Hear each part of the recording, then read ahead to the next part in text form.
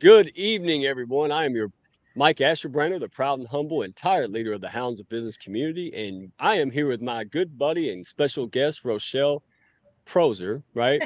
No, Prosser. Say it Prosser. right for the people. Well, Prosser. Hello, See, I everyone. only know.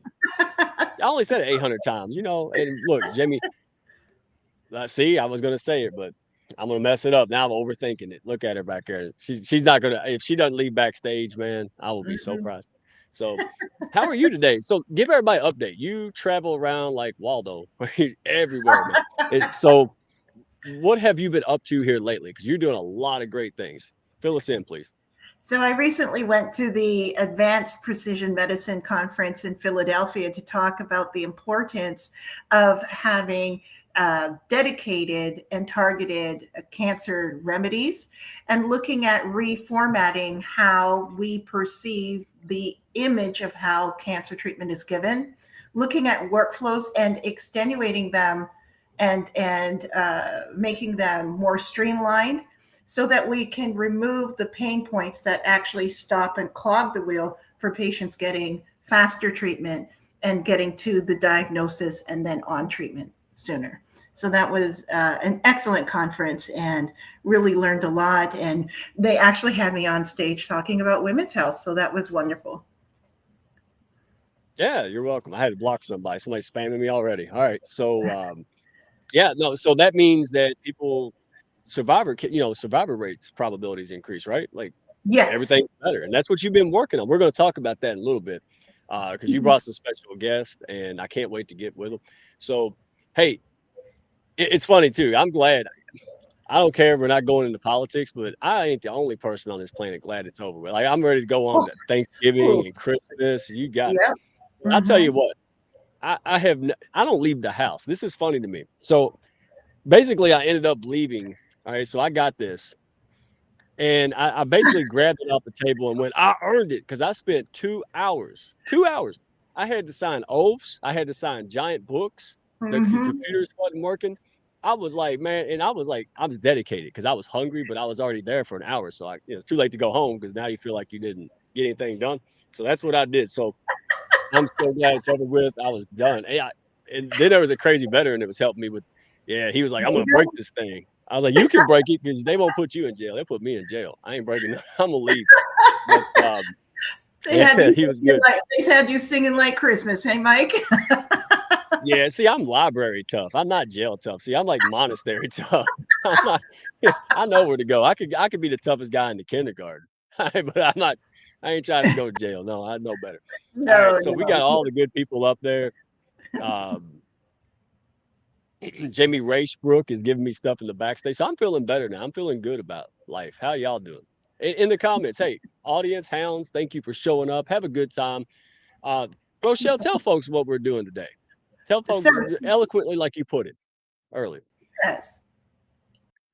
So today we're talking about health equity and Lung Cancer Health Equity Summit that has been created by Dr. Eugene Manley, and that will be in Atlanta or North Atlanta on November 18th and 19th.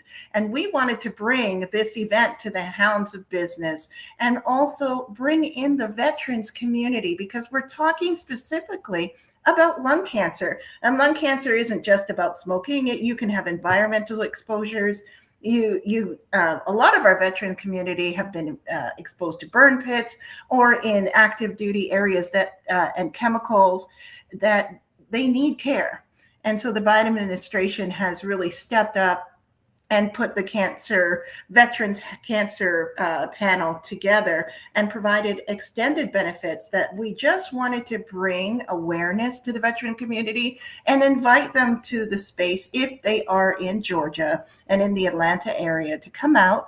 We will have Veterans Administration right there on site to help them activate their benefits, fill in paperwork, and help them get the treatment in the ways and manner that they need. So we brought on these wonderful individuals, Dr. Eugene Manley and Dr. Jamie Rashbrook, who is the women's veteran advocate. She is fabulous and she is amazing. She focuses on women being more vocal, women veterans being more vocal about their health, about their needs, and about their cares, both in active duty and in the veteran community. So I'm so excited to have them to here today, and just to hear what they have for us, the veterans community, and anyone in cancer today. Oh my goodness. See, I'm so happy that I'm gonna let you host and I'm gonna go read a book because you got this. But I'll chime in with some silliness every now and then because that's some people like that. So, but no, Jamie, yeah, y'all said, hey, who can we share this with? Because Jamie, she has been a very strong proponent and advocate for all veterans. And here lately, very much for women veterans and really helping them in all areas. But she Mhm. is very familiar with the healthcare challenges and navigation, issues that folks face. So this is going to be a really good, fun chat. I want you all to really learn about these folks, tap in, share, and plug in and support these people because these are folks who just got sick and tired of being sick and tired about things Amen. happening around them and That's seeing right. people. And it's like Jamie, right? Like, hey, somebody's got to do something about it. And that's Yep. what all these folks today are. So I'll tell you what, we have a packed house already. So glad to see you guys. Give a quick shout out before we run the video. We got LinkedIn user, always good. You got me hitting buttons back here when I shouldn't be. Oh, I just messed the whole show up. All right. Oh my gosh, it did. Help. All right. Well, let's see. You got this, See what I Mike. have. You think Tommy, Big Tommy's here. Royce, thank you so much.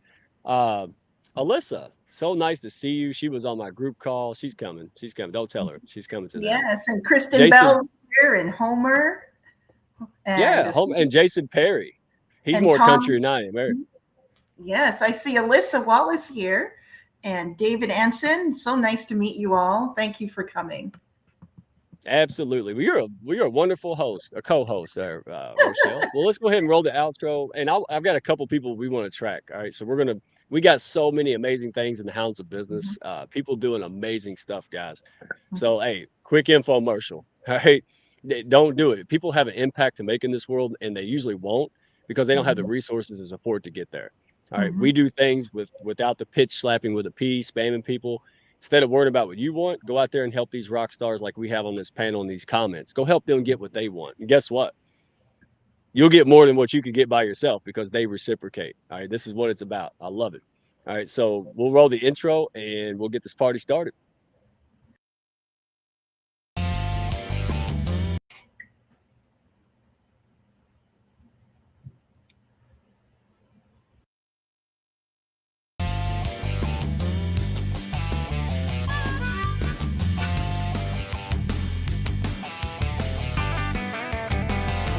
Are you looking to grow your network and your net worth with other high-level, heart-centered professionals? Then grab a seat and your favorite beverage and join Mike Asherbranner, the Redneck Connector. It's time for the Hounds of Business Community Happy Hour.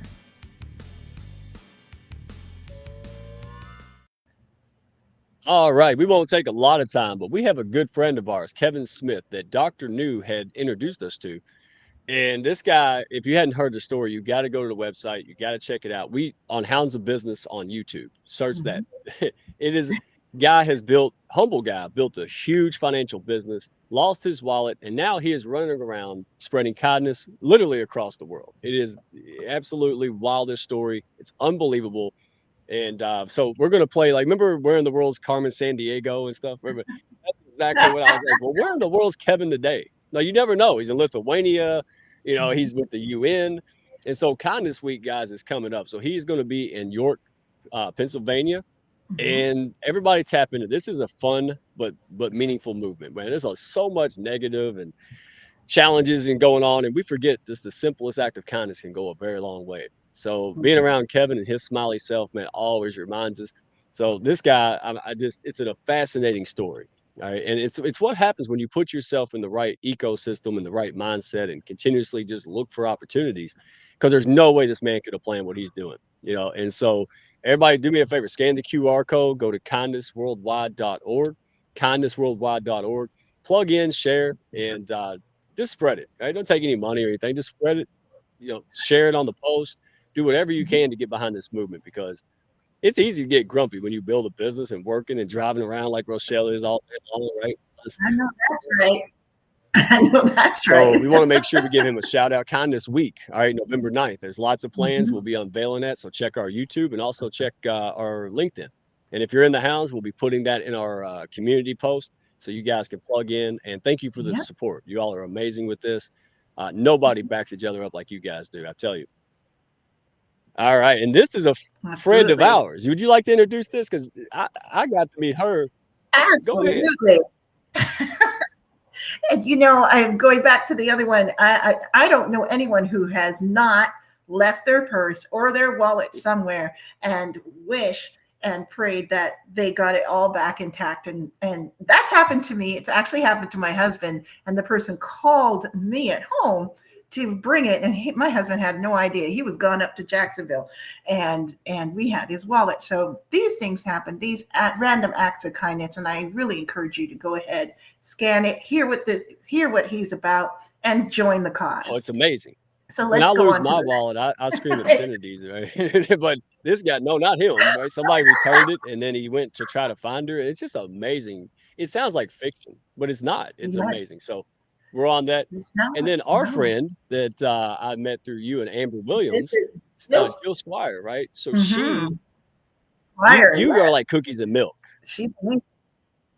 Yes, we are. I've known Jill for a few years now, and she is an amazing oncology nurse navigator that has transitioned away from the bedside and just got tired of being sick and tired of patients not being cared for the way that they need to, like I kind of did. But instead of going to health policy, like I did, she started a podcast called the Everything Cancer Podcast. I kind of feel like that's that Japanese karate movie where it's at here, there, everything all at once, all at one time. But I'm telling you, you will listen to this and go away with something amazing and special. And not only does she have that, she actually has a book that helps cancer survivors and during and through their cancer treatment into survivorship to log and track what's happening to them to ensure that they're addressing their concerns with their healthcare provider, but making sure on top of that to log and catalog so that if they relapse, they have a wealth of a dictionary and a library that they can go back to and share their feelings and help address their mental health issues in a safe space that actually will guide them on their journey in cancer survivorship. Yeah. So this is Jill Squire. She's amazing. Everyone just go to the QR code, join what she has, and get the book. And I've Absolutely. heard people come to me right when I met her, and they're like, "Oh, she wrote the book on pretty much cancer survivorship," and I'm like, "Wow, that they don't say that lightly, right? People don't say that stuff; they don't mean it in this wheelhouse." So, because she Mhm. really is, she's a cancer hub. So if you're going through it or someone you're going through it, scan Yes. that QR code, check out her website. We'll be unveiling more, and Mhm. she is revising the book, so we'll make sure that everybody gets that revision Yes. out because it has really changed lives. So, man, amazing things. And Yes. then Mhm. you, you, yeah. Yay. Oh. Shameless plug. So this is Orchid Healthcare Solutions. That is the my company. And I did it because I was the parent and the spouse of two cancer survivors who were diagnosed within a month of each other. One was 3, one was 52. I can't imagine going through that alone. But here I was trying to navigate my career while still taking care of my family and working. And so I wanted to find what was the best way to help others out of this. And for those that are going to ask, they are alive. She's 14. My husband and I are still married. We're going strong. But it's a beautiful story. But what could I do out of that to help others? And so we created a cancer treatment library that houses all cancer therapeutics in one place. And we remove the barriers that patients find in third and fourth stage and later stage metastatic disease to offer options. I'm not going to say it's a cure, but at least you can have a conversation with your physician about what comes next. when you've exhausted treatment in your facility or under their advisement. The most important thing is to be able to communicate better with each other, with your healthcare provider, and say in the way and manner that you want to do. So the other thing is, I'm a nurse. I'm a neurotrauma ICU nurse and ER nurse. So what better vehicle than to create a nursing EHR? Because the patients are the closest to the nurses. When you're in trouble, the first person you pick up the phone and call is your nurse. But what we're finding that we can't address their quality of life.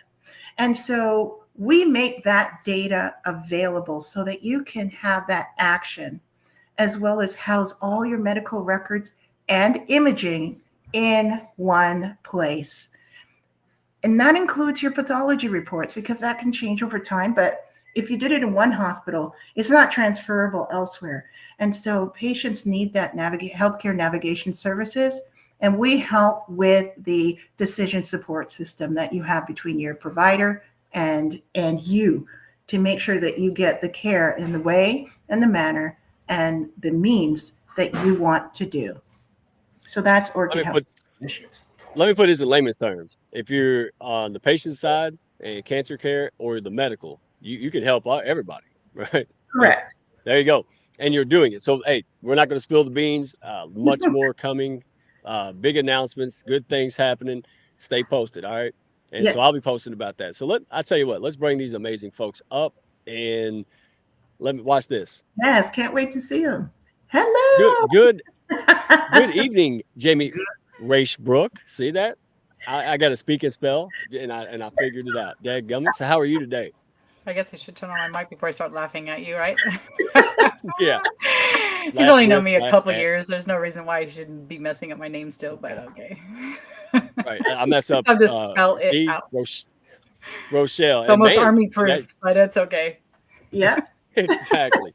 So thank you for coming. I know you got a lot Thanks going for on having today. me. Oh, always. Here. She said veterans. I was like, well, Jamie, duh. All right. So, and then we got Eugene, Dr. Eugene Manley. Good to see you, my friend. And I met you through Rochelle. How are you doing? Good evening. I'm good. How are you? How am I? Oh, man, yes. Crazy as ever, but happy, dude. There you go. I saw you had an entertaining Halloween. Did you see my post? Yes. Where I fit in everywhere on Halloween. I'm like, wow, I go to church. I go to any party. Everybody's like, wow, this guy's like Joe Dirt. I'm like, no, this is my regular stuff. Like, then on November 1st, I'm the same. They're like, why is he still dressed up like that? I'm going to be me for Halloween. That's the funny joke. All right. I'm wondering who dressed like you. That's what I'm wondering. You should have. That's what we should do next time. Yep. I was supposed to dress like I got in a box. DJ. I got it in a box somewhere, I'm sure. Mixture of. I was going to dress like Dr. Eugene, or I'm not, CJ, Dr. CJ. But the wigs, they were all out of wigs. Yeah. They run out of wigs? I don't even see how that's possible. Yeah, they were all out of the. There's so many. Yeah. I wanted the purple Rapunzel wig, but anyway, all right. So, Dr. Eugene, look at him. Look at him. He's like, is this for real? Yeah. It is, buddy. You're live, baby. Welcome to the party. Yeah. So, you don't got enough PhDs to back this up. Yeah, no. Dr. Pepper's that's a stamp of approval. I'm still Mr. Pibb. So, Dr. Eugene, tell us what you're all about, what you're doing, because you have an event coming up. So I want you guys, if you don't mind, share people what you do and what events you have coming up, and then we're going to dive into a good discussion about it. All right. So I run the SCHEQ Foundation, or the STEM and Cancer Health Equity Foundation, which is a nonprofit that I founded broadly to work to increase workforce diversity in STEM fields and to increase outcomes for underserved patients navigating the cancer care continuum. And a lot of this was born out of just my experiences of growing up as a first-gen scholar in the inner city Detroit and seeing how healthcare was and wasn't delivered to my family and others. And then as I navigated academia and just seeing how there's a lot of schools that have programs for diverse scholars, but then they really don't do the wraparound stuff to ensure that you can succeed and excel in your STEM path or whatever path you take. And then the last part is really just the lack of information and resources that get to underserved patients, that's literate, that they can understand, and then how do we help these patients understand this information and eventually get them to advocate for the care they should get versus what they do get.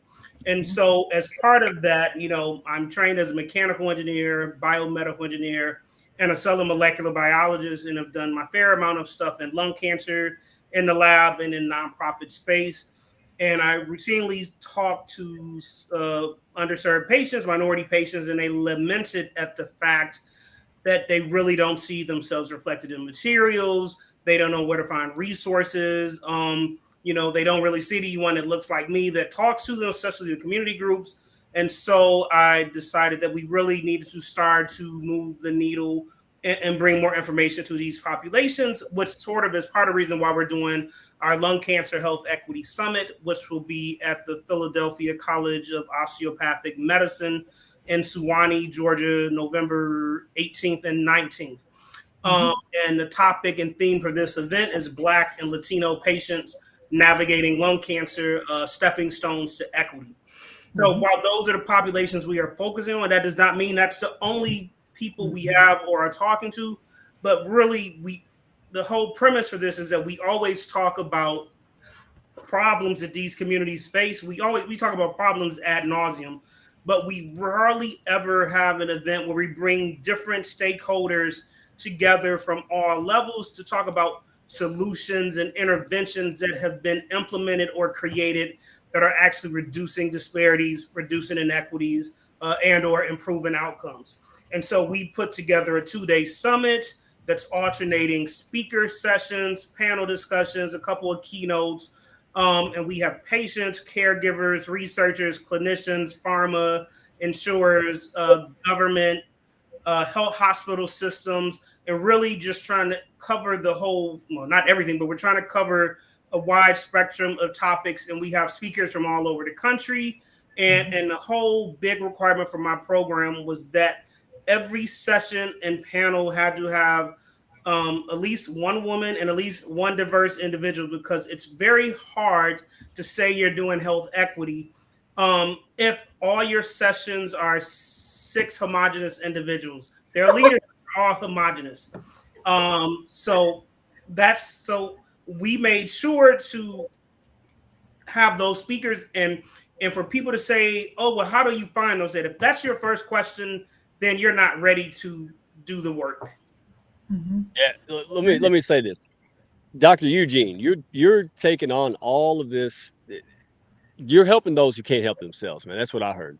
And you're doing this, and I see what happens behind the curtain. Just like Jamie, just like Rochelle. I want everybody out there to know, and thank you for coming out to support, man. I can't even keep up with the comments. Hounds, you're the best. Friends of the Hounds, thank you.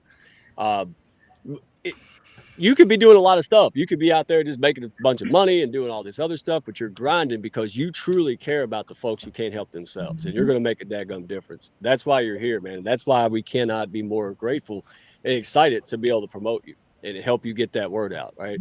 And which leads me to Jamie Racebrook, who is a good friend, and I can finally say her name.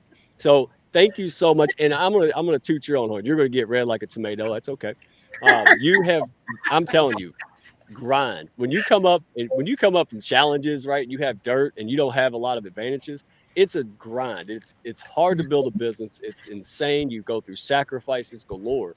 And I watch her day after day, year after year, just grinding to learn whatever she needs to learn. And hats off to you. I'm gonna clap because you don't ask for it, but dadgummit, I see it. I'm going through it. So I'm like, whoa, right? So thank you for all you do. And you have really leveled up your business, and it's amazing because people need what you do. So please tell us, Jamie, what you do and how folks can reach out to you and find you, and who do you serve?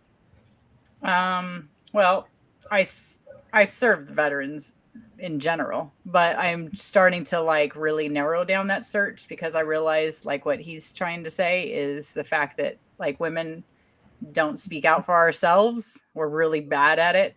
Oh God, we're really bad at it. We're really good at helping others and putting on their gas mask before putting on our own gas mask or whatever it's called. Yeah. The bag, serving others. It's innate in us to help our child. Right. So that's where I realized, I mean, I've always been in healthcare and nursing or firefighter or whatever. I was always doing it. Then I got into the military.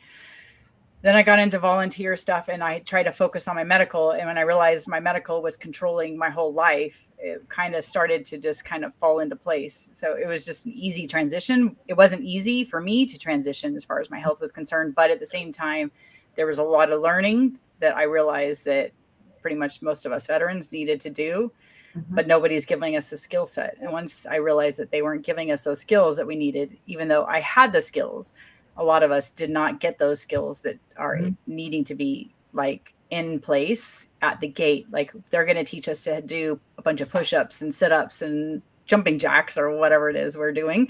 They need us to give us the skill sets to just take a freaking deep breath once in a while, right? Or to do meditation, to unload the fight or flight feeling that we're getting, the wellness factor of those one to another. So that's where I realized how much mentorship was coming into play. Like I was easily understood how psychiatrists were supposed to be playing a factor in my life, but at the same time, I didn't understand what mentors were going to be doing for me. And I didn't even have that in my vocabulary. So I do now, and I'm trying to transition into the coaching and mentorship role and understanding that for myself, let alone where that's going to go for consulting, and realizing that's where I'm wanting to take that for companies that are trying to help us as far as veterans are concerned. And I realized that takes us as veterans to build us as companies and individuals. But I understand where you're not going to find 22 years of experience like I have, and transitioning that into companies essentially. You're not going to get that in a university.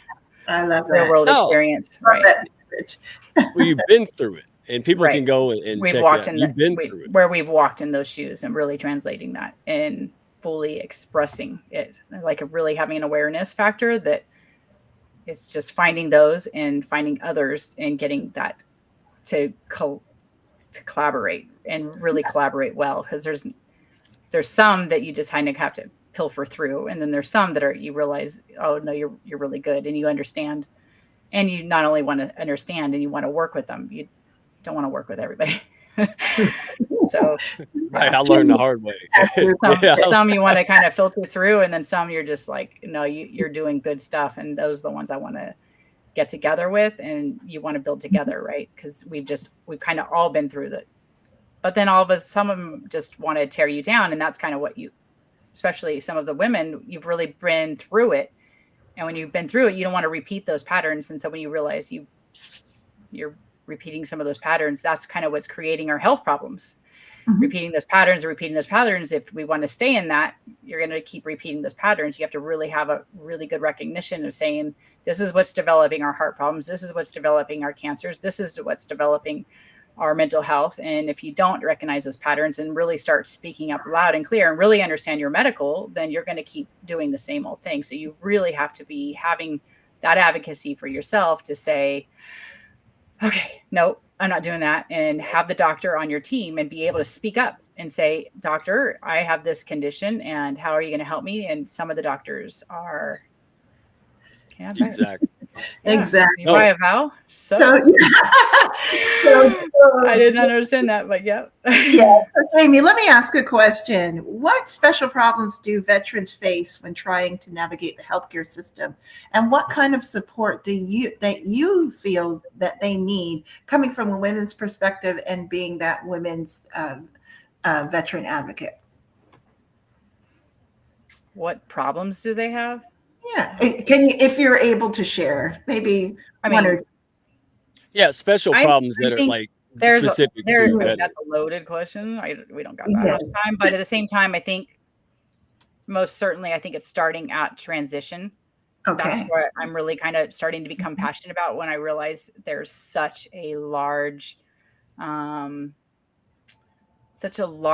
misunderstanding what they're going to be needing going from military life and those skill sets, and they don't know what it is that they're getting information from active duty military instead of really looking to us who have already walked that path and said, this is what you're going to need going into your afterlife or after transition or whatever. And literally, because everybody's path is so different that it's really hard to say this is what you're going to need because everybody's so different. But at the same time, like, you're not gonna be able to tell everybody's situation, but at the same time, you're not putting a plan. Not everybody's putting plans in place, right?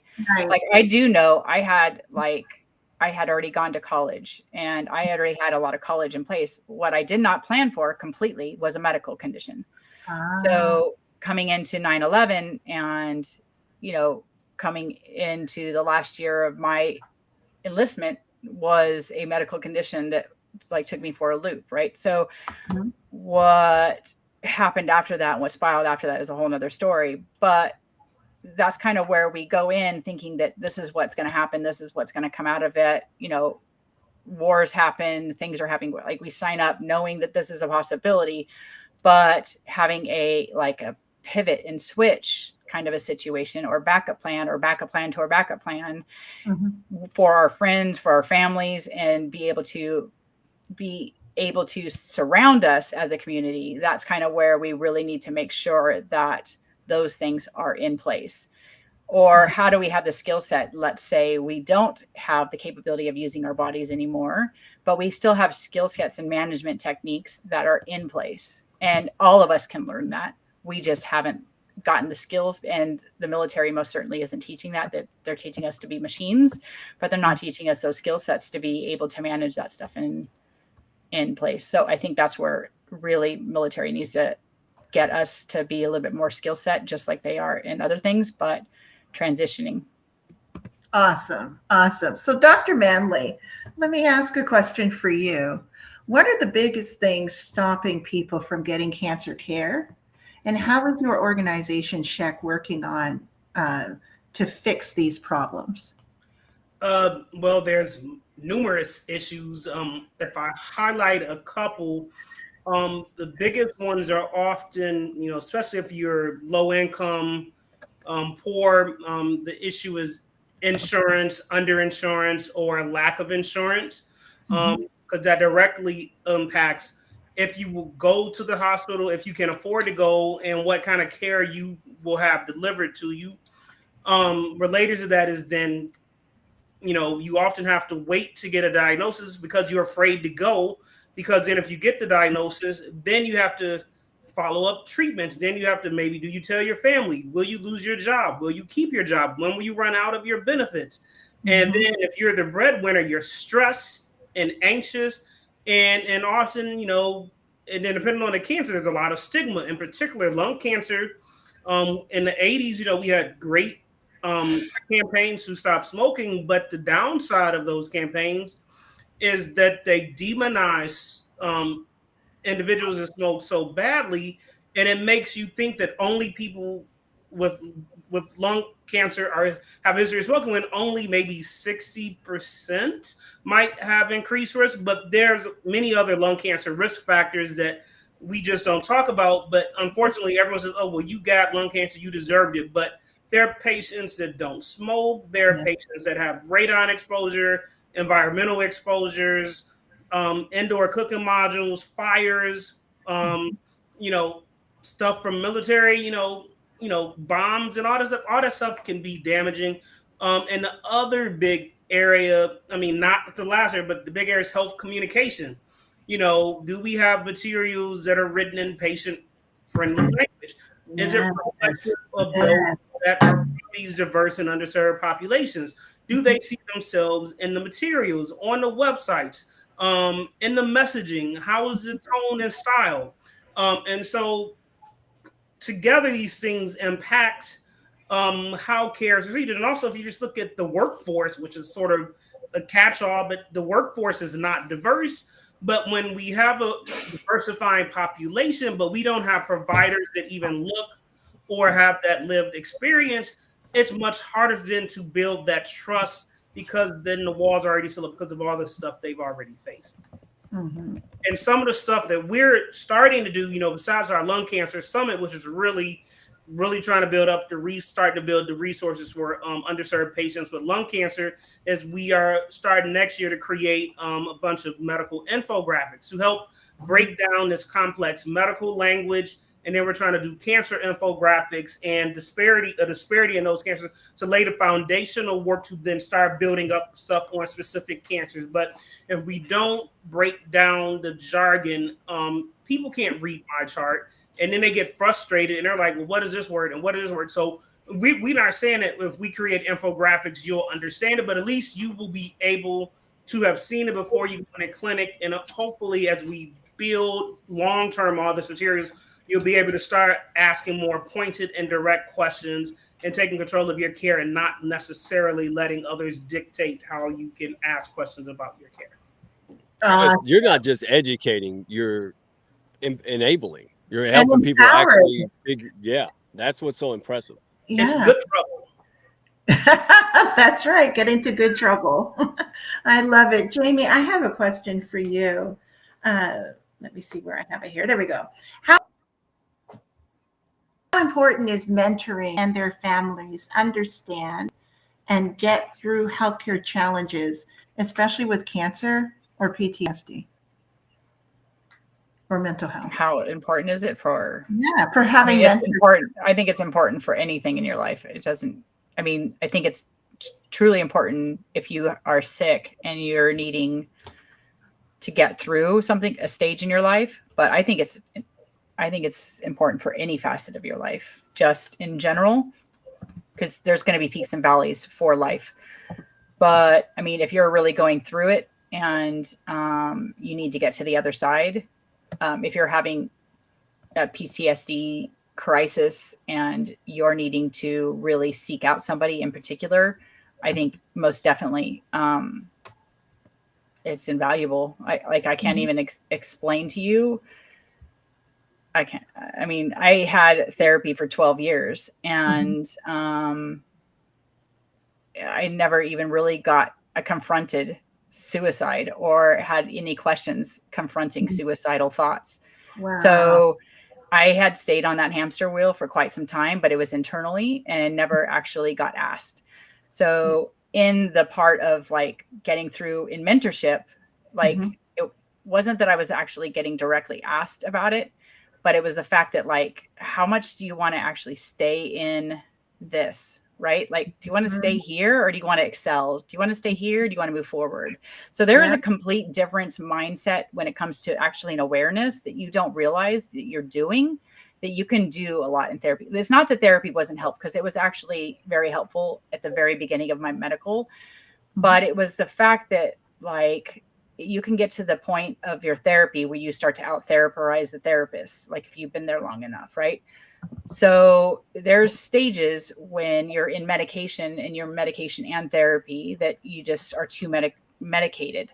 So I think it just depends on who you are and what you are about yourself, that you need to realize where you're at, what's your goal, like, and realize what your goals are. And I do this now where I'm working with somebody and I have them write it out. Like, you need to literally put pen to paper and know what your goals are for the next 6 months.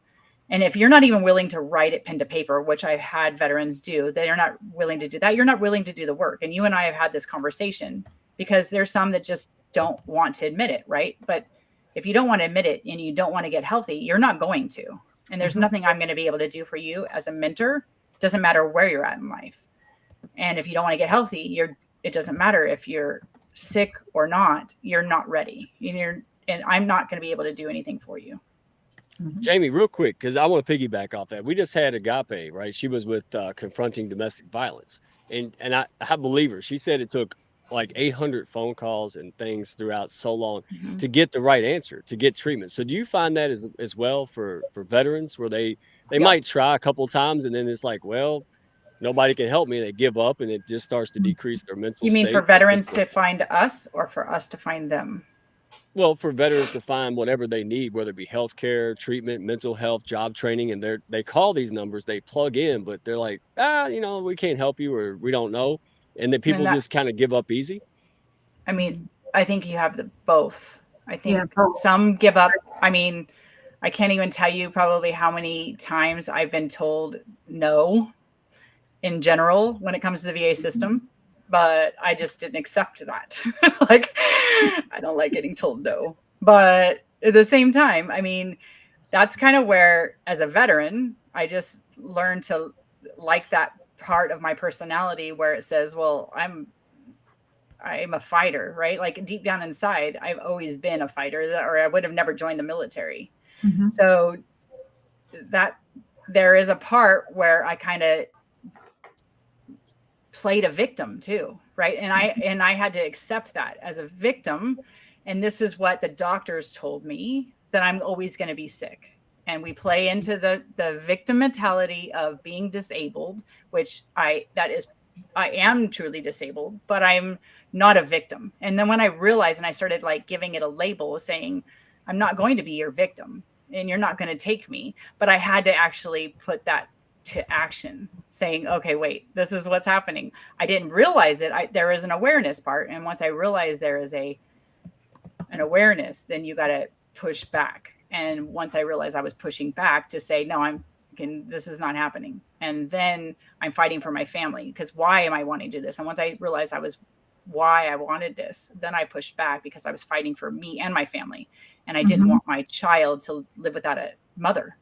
And once I realized I was fighting for that, then game was over.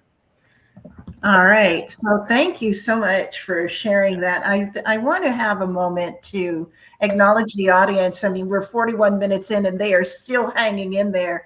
One of the questions was, what alternative treatments are there if you can't afford conventional treatments? That's a great question. I received 7-figure medical bills every 2 weeks. So when we say that there's a cost to treatment, there is such a thing called financial toxicity. But there's also programs out there that are available to you.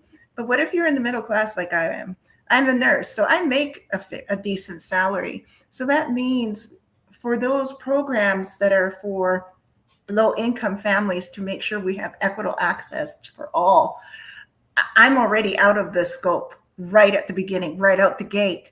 But there are organizations and foundations that are available to not just give you one payment of your treatment and done. Some treatments are there for 2 long years.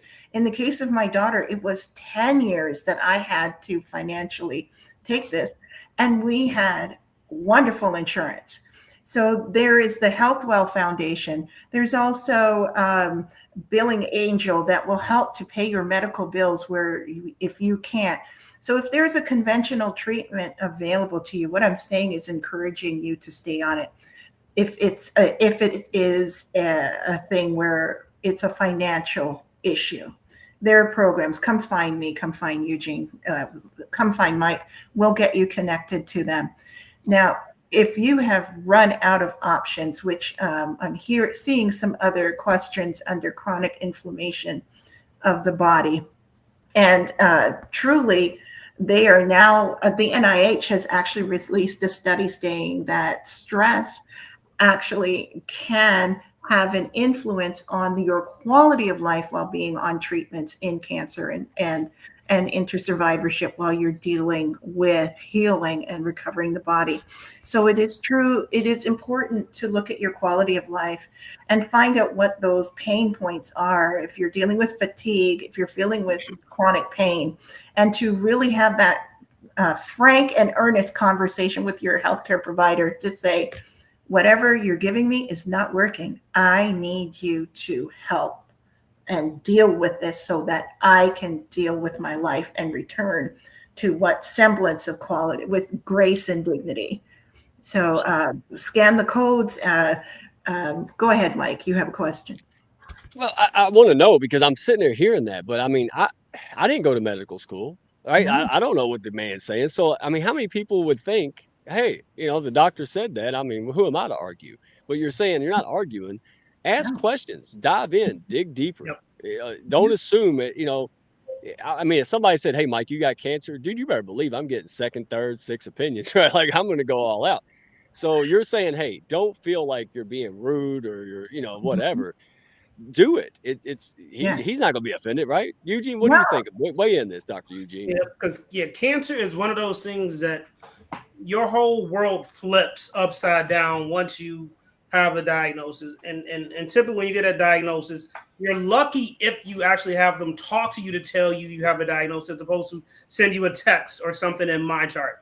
And then you have 10 other thoughts than anything they are saying. And then they give you this massive booklet, which you're not going to read or understand. And so it's critical to have, those nurse navigators in there that now are billable by CMS. Mm-hmm. But at the same token, there's still not enough navigators for the number of patients we have. Mm-hmm. And so we still don't do a good job of really educating patients about the disease, the options they have. And so that's sort of some of the stuff we're going to working to do to try to create those information and resources and connect them to orgs that may be able to specifically work with them on a specific cancer, because it's how do we make sure people get what they need as opposed to what we think we need to give them, because that's a key difference. Exactly. Patient focused. Go ahead, Mike. No, I want you to chime in, but it struck me. This is why we had Jamie here too, because while she's not she doesn't focus just on the healthcare system and better, she's familiar with it, with herself and other people. So I remember this. Jamie, you can weigh in on this too if you like. I remember a bunch of nurses who understand things a lot. They've been in the game for a lot of time. And I was in a chat one day and I'm like, wow, if it's that hard for them to figure out, I can imagine how overwhelming it is for regular people, especially. Exactly. And then you got underserved communities that don't even have half the access. Right. It's a real problem. I'm sitting there going, my gosh, these women know what they're doing. And they're like, what do I do? So Jamie, weigh in on that. That's kind of why I get so heated now about the fact that I implore veterans to advocate for themselves, right? I'm not expecting you to dissect the anatomy of all things medical and understand all the medical terminology. What I am imploring veterans and military themselves is to understand themselves and to know their bodies. Mm-hmm. So what I get a lot of times, majority of the time, and actually Rochelle can attest to this, is the fact that they're like, oh, well, that's what the doctor told me. I don't know. And when I am asking them about their medical history, I don't know. I haven't really looked at it lately. Okay, well, see, I need you to know. I can guarantee you probably know what's in your lunch. So why don't you know what's in your medical records? So the fact that you're passively passing it off, but you don't know why you got what you got or did what you did, then that's where we're going wrong. We're leaving all of this information about our own body and what's happened to our body to somebody else to dissect. And the fact that you don't know is where they're leaving it to somebody else. You don't have to understand it. What you do need to do is say to the doctor, I didn't understand why I need to have this surgery. Doctor, so-and-so, I need you to make me understand. Why am I feeling this way? And no, they cannot have to explain it to you in the doctor terminology. And if you don't understand, it's your responsibility to get to the point of understanding. They need to sit there and not explain it to you in medical terminology. I have had doctors, because I've had so many surgeries now, I've had doctors literally draw me pictures. Can you explain it to me in doctor terms? And not in doctor terms, but in dummy terms.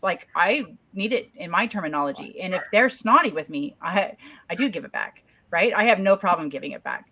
But I've had some really great doctors that are super kind and willing to take the paper that's on the table and take a pen and draw me, I had shoulder surgeries, and draw me a shoulder in a socket and why I'm having to have it breaking apart and here the screws are going to go in, right? I need it broken down so that I'm feeling more confident about the fact that you're the doctor for me. And if you don't know why I need to have this surgery, guess what? I walk right out your room and go find me another doctor. So that's kind of where I need the veteran themselves to ask these questions. If they're not sure why they need to have the surgery, or what has happened to cause this surgery, or what has caused even cancers, or how they can help these cancers, or what they can do to heal their bodies. And if they're not confident with these doctors, then they go find another. I have Yep. filtered through so many doctors I can't even count till I know that they're the right doctor for me. I have challenged the VA system. I have gone to Congress to get to the right doctors. So what I'm saying to them is, if it's not the right doctor, go find another one. And if that's not the right hospital, go find another one. I mean, keep going until you know that that's the right doctor for you. Yep. And then keep going, Absolutely. and keep going until you're healthy, right? There is no stopping you once you're empowered with the information about your body. Yep. You are entitled to second opinion.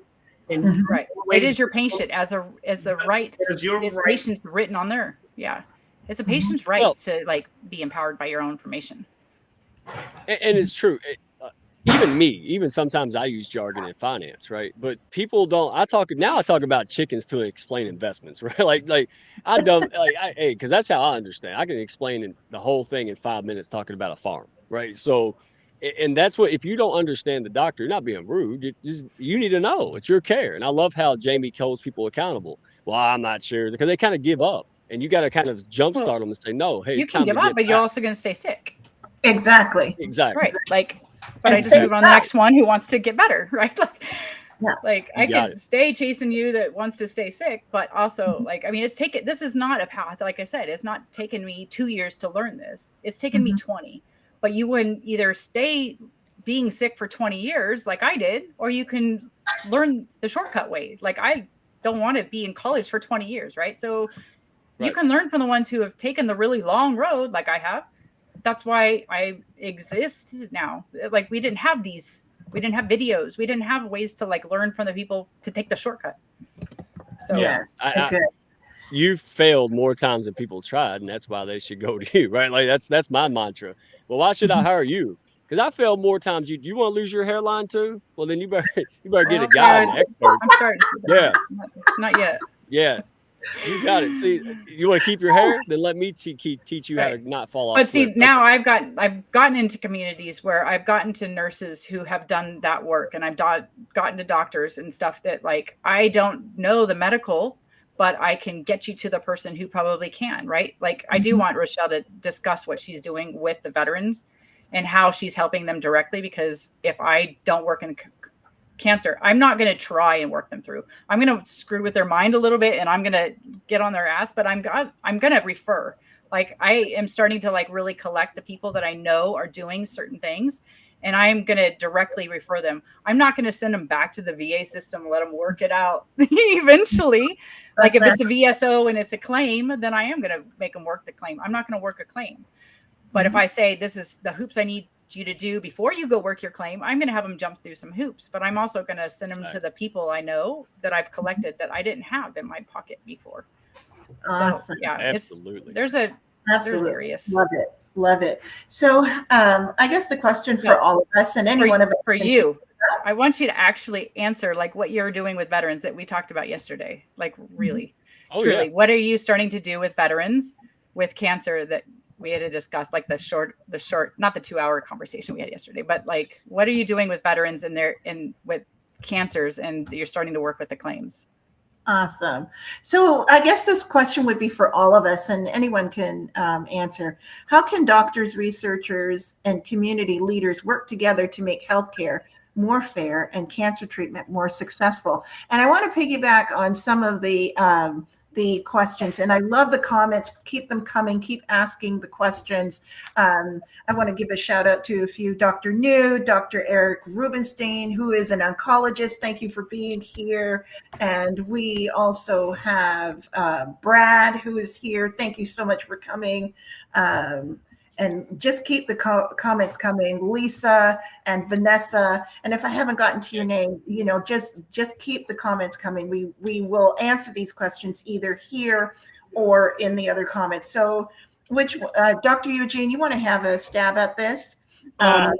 Yes. So this one I have seen practically implemented. Oh, if I can remember the cancer, I believe it is either prostate or colorectal. They have brought a consortium together of researchers, patients, community leaders. Some of these are just in the U.S. Some of these span the U.S. and the Caribbean. Some are U.S., Caribbean, and Africa. But they bring together these different stakeholders to understand what the community needs are, not what what the community needs, what do they want communicated, and then you work with the community to build the programs that they want, and then the community can go out and then disseminate it to their other community members, and then the community members will come back and probably likely engage more, and then it'll be more likely to enter and enroll in trials and other procedures, because you work to build the trust. But it takes the combination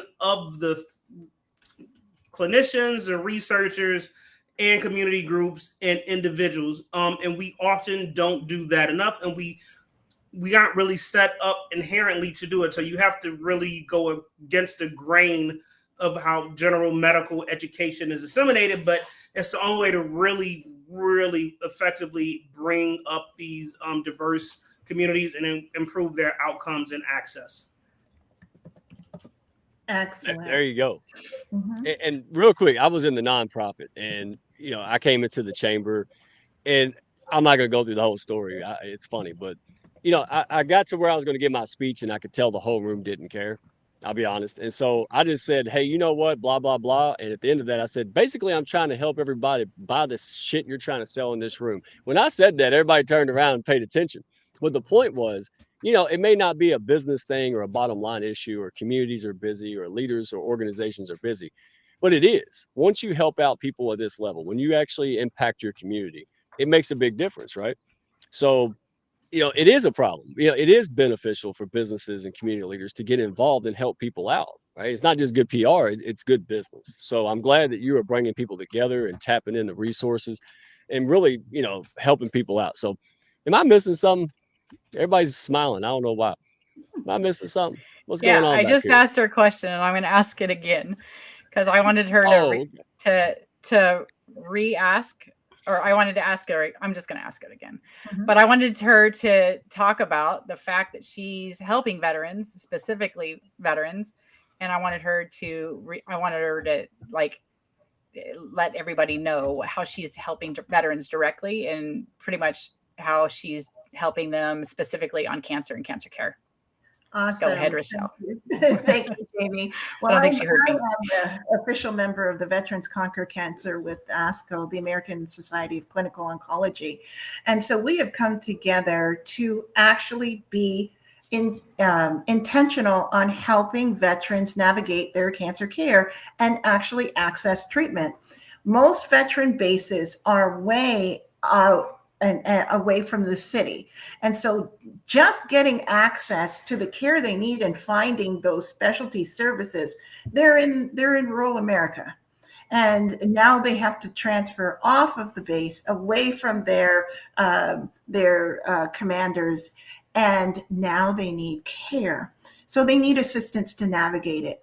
And what we have found is there's not enough of us oncology nurse navigators. We are and have been created to provide care for oncology care services for the veteran community as a new entity. We've just been here for about a year in this space, but even with that, we're not available in every single state. So you'll have to go to your regional office and extend your benefits so that you get to 100%. Often, there are certain diagnoses that you have in active duty that don't transfer over into the veteran space, or they categorize it differently. And so we help you to get to 100%, and then I transfer you back to Jamie, and Jamie gets you to 125 so that you can get your community-based care needs taken care of.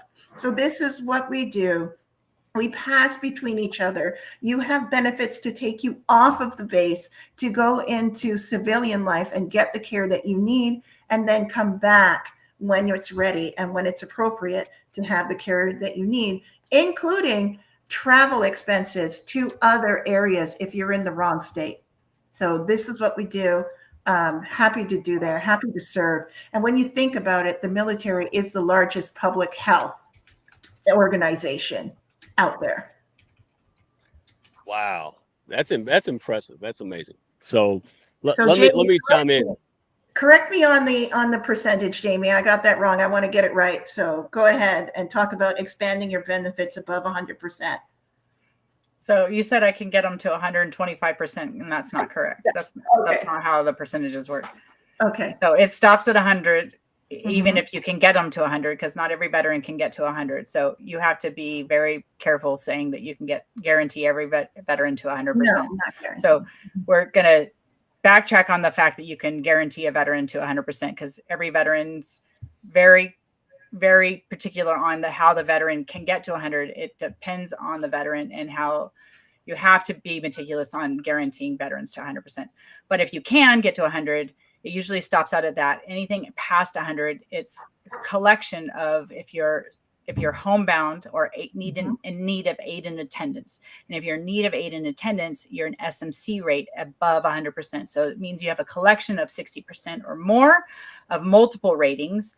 Or if you have more than 100%, if you have one rating of individually rated at 100%, and you have another rating that's needing aid in attendance, and that's a whole nother basket. But if you look up your SMC rates, then that will show you other rating. But that's a whole nother one. Yeah. But it is available for those who are in need and have needing special care for aid in attendance. Right. And so I'm saying it doesn't add up like regular math. It doesn't add up like regular math. So even I've had 200% and 300% add up, but they still didn't give me above what they were needing. And that's the challenge that I was having with the VA, is the fact that their maths weren't making sense, because I kept getting 100%, but they were stopping me at 100. So yeah, that's when we went into battle. Yeah. Go ahead, Mike. First of all, no, this has been an amazing discussion. I ain't gonna lie, I was scared. I said, all these people with acronyms I can't pronounce and stuff I have no clue about. What am I doing up here in the first place? But I know. Oh no, Dr. Eugene's got tons. He's got extra acronyms. I've got enough I can borrow. He's Mr. Acronym. He should have won his acronym for Halloween. That's what. But he's got tons of them. But anyway, see, I had to throw me in there. Okay. But seriously, I love this discussion. It's much needed. It's serious. We have fun, but we're learning. And I think this is a great thing. We had great comments from some great people. Eric, thank you for chiming in. Dr. New, she knows what she's talking about as well. Eric, I appreciate you, my friend. Lots of great folks in here, lots of great discussion. And that's what it's about, right? We're learning from each other. We're moving forward. And I'm just overwhelmed. So I would keep you all here forever, but you would leave anyway, because that's just, nobody's got time for that. So let's start with, I tell you what, start with Dr. Eugene Manley, and let folks know any final thoughts, anything you want to put out there, call to action, and where can folks find you, plug in, and reach out if they want to be a part of the solution. Yep. Biggest thing is just be willing to ask questions, always advocate, and don't accept no. Just keep pushing and asking and being a pest, because you deserve to get what you're entitled to. If you're trying to find the org, you can find us on Facebook, Instagram, LinkedIn at STEMMCHEQ. I had to spell it out. It was the only way to get them all across the same sites. But SCHEQ is the official website. Our website is SCHEQ.org. You also find information about the Lung Cancer Health Equity Summit on there. If you want to volunteer or find a way to participate or get on our info list, which we're working on grading, there's also links for that on the website. And like I said, just hope you can join us at the Lung Summit. It's going to be a great event. We'll have we have a couple veterans there. We'll have a session on veterans. We'll have the American Indian Cancer Foundation. So we were really covering bases. It's not just Black and Hispanic. It's how are we all collectively making solutions that are improving outcomes for patients navigating lung cancer. And you were doing a phenomenal job. You're working hard day and night. All right. If I called you at 3 a.m., you'd be working, my friend. So thank you for all you do for all people, but the underserved communities, man. I mean, it's very important, and we applaud your work, my friend. All right. Let's go to Jamie Racebrook, because we've been friends long enough for me to say your name right with an I. Go ahead. Thank you for what you do. Thank you for having this discussion with us today. And I'm super excited to see you just really on a larger scale make a bigger impact for folks. I mean, these folks served and sacrificed for our country. I mean, what could be more important? So thank you for your service and sacrifice. What do you want folks to know, and where can they find you to learn more? And if they need help, reach out to you so you can find help and solution. Well, it's taken me a while because I was tech illiterate, but I have a website now. It's on there on the QR code, but it's JL Innovative Concepts, and you can find me on there. You can find me on LinkedIn. I'm pretty active on LinkedIn. Instagram, same old places. Instagram is under my name. Right. But yeah, anybody can reach out at any point in time if they need anything. And I'm starting to work with nonprofits and companies that are wanting to be veteran friendly. I'm your girl to help you make sure you are supporting veterans, not just using us as tokens. And especially women, I'm finding a real sympathetic, empathetic space for that niche more than just veterans in a whole, because it's been a men's world for quite some time. But I think once the women start to come out of their shells, I think it's going to be a really powerful space that's going to start to really take hold. So yeah, that's where I think I'm starting to become really passionate about just getting them more confident in who they are and what they really need to do. Because once the mothers of the families start to come out and just start taking care of, I mean, they've always been taken care of, but they need to be taking care of themselves. So I think that's where it's at. I need to connect you with John Kirkhoff. He had just joined the Hounds, and he has that community, Frago 22, and they're actual communities. They have farms, mental health, and they train. His business actually trains companies and veterans so they can plug into civilian life and get good jobs. You two are like cookies and milk. So if I haven't done that already, let's do it, because we need more together. And by the way, I almost started singing "It's a Man's World" when you said that. So I'm glad I didn't. And Eugene was going to leave immediately if I did it. But hey, we have fun here. Yeah, it's a man's world. But we have fun. Hey, we have big people conversations on this show. That's what I like about it. When you got the right people, you can have discussions. Eugene's trying to be serious, but he's like, it's really hard up in here. It's like, man, you can't. But he's like, it's like smile at the stupidity in this room. It's like trying to be serious on the Muppet Babies, right? Like, come on now. I would behave. We bring it out. You just can't help yourself. Hey, 50 minutes. All right, I'll pat myself on the back. Jamie, wait until we go backstage. Okay. It's even worse. Oh goodness. So, yeah, I'm kicking. I'm just going to kick everybody out. I'm not going. All right. So, last but not least, Rochelle, Orchid Healthcare, Orchid Care Navigator. Take us home. What's your final thoughts, and where can folks, providers and people who are patients and going through, survivor, what can they do to plug in? Absolutely. I'm on pretty much most social media, Twitter, Facebook, Instagram, LinkedIn. You'll find me mostly on LinkedIn, but I'm out there. My website is orchidhealthcaresolutions.com. You can join the EHR, where you will find the cancer treatment library using this barcode here and just hitting the register button.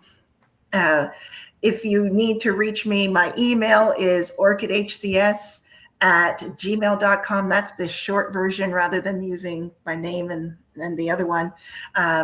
There, you can always reach out to Mike. I'm in the Hounds of Business, and really connect with us, find us. We're here to help you. We're here to help you navigate. If you're a doctor and you find that you have a large veteran community within your group, within your practice, and need additional assistance, we are here to help you stay connected, keep them within your practice, retain them, and help them. So this is where we are. This is what we're doing. And I just want to shout out to a few people. Vanessa, I'm hearing your story and I'm connecting with you today. And Lisa Feverick, really nice to meet you. You're a registered dietitian. Awesome. That's wonderful. And Quentin Taylor Garcia. Well, first of all, you have two names that are familiar to me. One is my husband's name, and the next one is my maiden name. So I just love it. Just really nice to meet you. And I just want to do a special shout out and thank you to all of those in attendance. You hung to the bitter end, and I appreciate you. I hope you have learned something from us. And if you have a question, reach out to us, connect to us, and we are here for you. Wow. Thank you all. And yeah, Lisa's phenomenal. I actually got somebody I connected her with. And, just put yourself out there. Courage before confidence, dadgummit. People say, well, wouldn't you have the confidence? Are you kidding me? I had the courage to look like a donkey and put a hat on and see what the hell happens. Let myself out there. So all these people here, man, they are the epitome of courage before confidence. Are they not? Come on now. And so listen, if you want to run with winners like this, people who don't take no for an answer, people who go and find a way and make a daggum way when people say there's not a way, I don't know what you're looking for. Hey, come in. All right, test drive us. Right. I don't have an ego in this. I just want to see people make the impact that you could make, just like Jamie's doing, right? Just like Dr. Eugene and Rochelle is doing. Something happened in their life and they said, I'm tired of it. I'm going to do something about it. What are you going to do? Hell if I know, but I'll figure it out, right? That's how we do it. So don't do it alone. Anybody out there, if you're a hound, tell them you're a hound in the comments. You can connect with me on LinkedIn. Also, we have a link on YouTube, Hounds of Business on YouTube. Great video library. And thank you all for supporting. Thank you for what you do for all the people, pushing folks up. Man, I am honored. This was good because I was scared. I said, I can't even pronounce the SCHEQ acronym or nothing, but I made it, and I made it with support from my friends up here. All right. So appreciate. Oh, I'm not dumb. I just know what I don't know. Like I know 3 things well. The rest of the world, I got y'all for. That's what. So I'm a self-aware man. But I appreciate you all, and folks are coming in. Like I said, connect with us and test drive us, man. We want to blow this up. We're going next level, and we're really helping folks in a major way. Cancer Corner will be unveiled, right? The veterans as well. So we've got a lot of sub communities in the Hounds of Business where you can connect with people, right? They can be helped, they can introduce you, they can be collaborative partners. Hey, stop doing it alone. All right. So we'll have a great night. I'm gonna let these folks go. They probably gotta go bathroom. See, I got an outhouse. I do my show in the outhouse, so I don't have to worry about it. But y'all fancy people. All right. So well, wave to the people. We will see you on the next one. And my gosh, and we're gonna have a great wellness. It's gonna be a party next week. So tune in, same time, same channel, y'all. Thank you again. Thank you so Hounds, much for joining. Hey, Thanks for having us. my goodness. Thank you, Michael. Hounds. Thank you, Hounds. Hounds are amazing. Hounds, friends of the Hounds. We'll see you next week, y'all. Thank y'all for stopping by. Be sure to follow, share, and like, and send me a message if you had fun today. Y'all come back now.